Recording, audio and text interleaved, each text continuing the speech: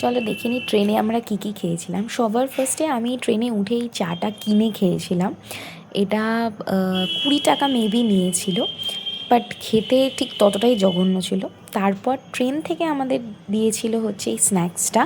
এখানে ছিল একটা স্যান্ডউইচ, যেটার মধ্যে শুধু গাজর ছিল আর কিচ্ছু ছিল না, আর খেতে খুবই জঘন্য ছিল। তারপরে দিয়েছিল একটা খাস্তা কচুরি, যেটা ঠান্ডা ছিল কিন্তু টেস্ট ওয়াইজ খুব একটা খারাপ ছিল না, ভালোই লাগছিল খেতে। তারপরে দিয়ে দিয়েছিল এটা ছিল একটা টি কিট, যেটার মধ্যে চা বানানোর সমস্ত উপকরণ ছিল। তারপরে ছিল চিড়ে ভাজা, এই চিড়ে ভাজাটা ভালো খেতে ছিল। তারপরে ছিল একটা কোকোনাট বার, এটা মোটামুটি মিষ্টি ছিল। তারপরে আমি কিনে নিয়েছিলাম ট্রেন থেকে একটা cup noodles.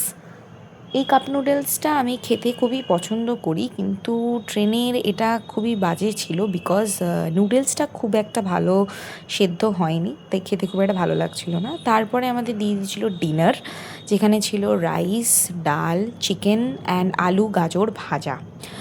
So taste wise খুব একটা খারাপ ছিল না, ভালো ছিল। তারপরে মর্নিংয়ে দিয়েছিল এই ব্রেকফাস্ট, দুটো ব্রেড, একটু বাটার, ডিম, ফ্রুটি অ্যান্ড আবার চা বানানোর সামগ্রী ছিল।